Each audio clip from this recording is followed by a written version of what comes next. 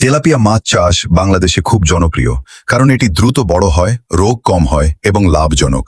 সহজভাবে তেলাপিয়া মাছ চাষের বিস্তারিত পদ্ধতি। ১. পুকুর নির্বাচন ও প্রস্তুতি। পুকুরের গভীরতা 4 থেকে 6 ফুট হওয়া ভালো। পুকুরে রোদ পড়ে এমন জায়গা হলে মাছ দ্রুত বাড়ে।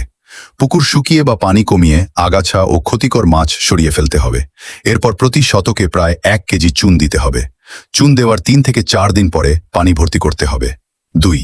পোনা মাছ ছাড়া ভালো মানের পোনা নিতে হবে হ্যাচারি থেকে। প্রতি শতকে 200 থেকে 300টি তেলাপিয়া পোনা ছাড়া যায়। পোনা ছাড়ার আগে পানির সাথে ধীরে ধীরে মানিয়ে নিতে হবে। 15 থেকে 20 মিনিট ব্যাগ পানিতে ভাসিয়ে রাখা। 3. খাবার ব্যবস্থাপনা। তেলাপিয়া মাছ দ্রুত বড় করতে ভালো খাবার দরকার। খাবারের উদাহরণ: ভুসি সরিষার খৈল চালের কুড়া অথবা বাজারের পেলেট ফিড খাবার দেওয়ার নিয়ম। দিনে 2 বার, সকাল ও বিকাল। মাছের মোট ওজনের 3 থেকে 5% খাবার দিতে হবে। 4. পানি ব্যবস্থাপনা। পানির রং হালকা সবুজ হলে ভালো। যদি পানি বেশি নোংরা হয় তাহলে আংশিক পানি পরিবর্তন করতে হবে। মাঝে মাঝে সার, গোবর বা ইউরিয়া দিলে প্রাকৃতিক খাবার বাড়ে। 5. রোগ প্রতিরোধ। পুকুর পরিষ্কার রাখতে হবে।